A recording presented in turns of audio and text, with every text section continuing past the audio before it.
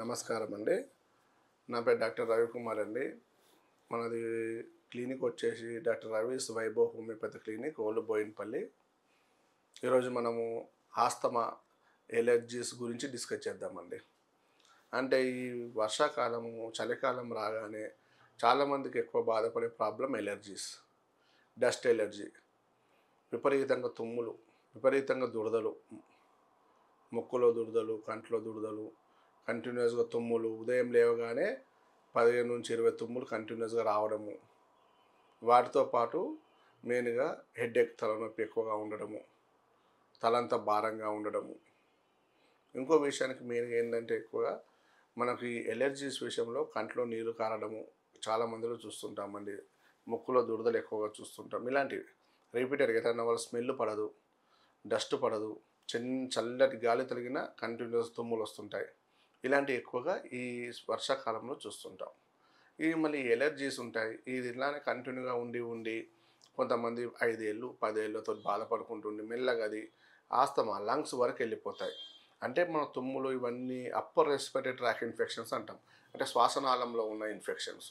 అది మెల్లమెల్లగా శ్వాసనాళం నుంచి ఊపిరితిత్తుల వరకు వెళ్ళినప్పుడు ఊపిరితిత్తులో కూడా నిమ్ము చేరిపోయి ఊపిరితిత్తులు ఇన్ఫెక్షన్ గురైపోయి ఊపిరితిత్తులో బ్రాంక్యూల్స్కి ఎఫెక్ట్ అయిపోయి అవి శ్వాస సంచులు అంటాము, గాలి సంచులు అంటాం. గాలి సంచుల్లో మనకు ఇన్ఫెక్షన్ అయినప్పుడు అంటే మనకు శ్వాస తీసుకోవడం కష్టంగా ఉంటుంది.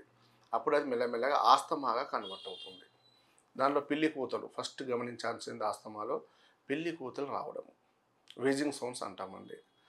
అలాగే మెయిన్గా విపరీతమైన దగ్గు.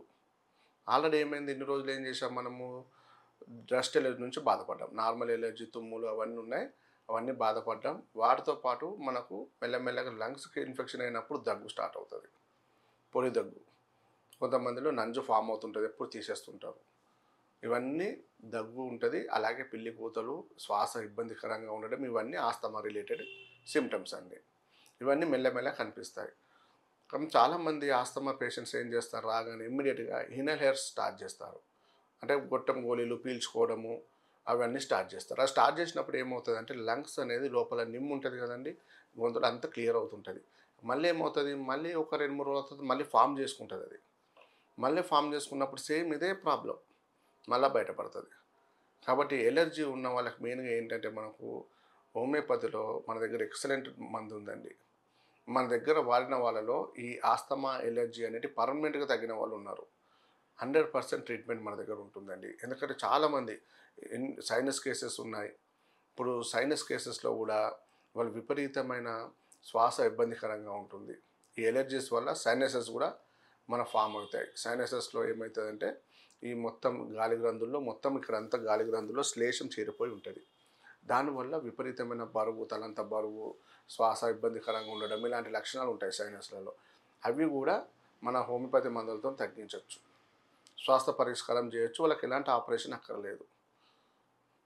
కాబట్టి మనకు కొంత ఏంటంటే ఈ సైనస్ ఎలర్జీస్ ఇవన్నీ ఉన్నప్పుడు కొంచెం చింతపండు తగ్గించమంటాం, ఒకటి అవాయిడ్ చేయమంటాం. చింతపండు మానేయండి అమ్మ, అలాగే గోంగూర తగ్గించండి అమ్మ, కొన్ని ఐస్ క్రీమ్స్, కూల్ డ్రింక్స్ ఇవన్నీ తగ్గించండి అమ్మ అని చెప్తాం. మిగతా ఏ ఆహార పదార్థాలైనా తీసుకోవచ్చు. మన విపరీతమైన డైట్ రెస్ట్రిక్షన్స్ ఉండవండి మన హోమియోపతిలో. అదొక్కటి మీకు బెనిఫిట్.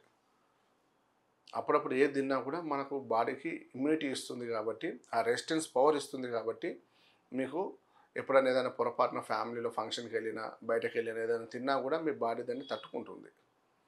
ఇవన్నీ మీకు ఇమ్యూనిటీ లెవెల్స్ పెంచడానికి మెడిసిన్స్ ఉంటాయి. కాబట్టి ఆస్తమా, ఈ ఎలర్జీ రిలేటెడ్ ప్రాబ్లమ్స్ ఉన్న వాళ్ళు ఒక్కసారి మమ్మల్ని సంప్రదించండి. మీకు పర్మనెంట్ క్యూర్ అయ్యే విధంగా మనం చేయొచ్చండి. నమస్కారం.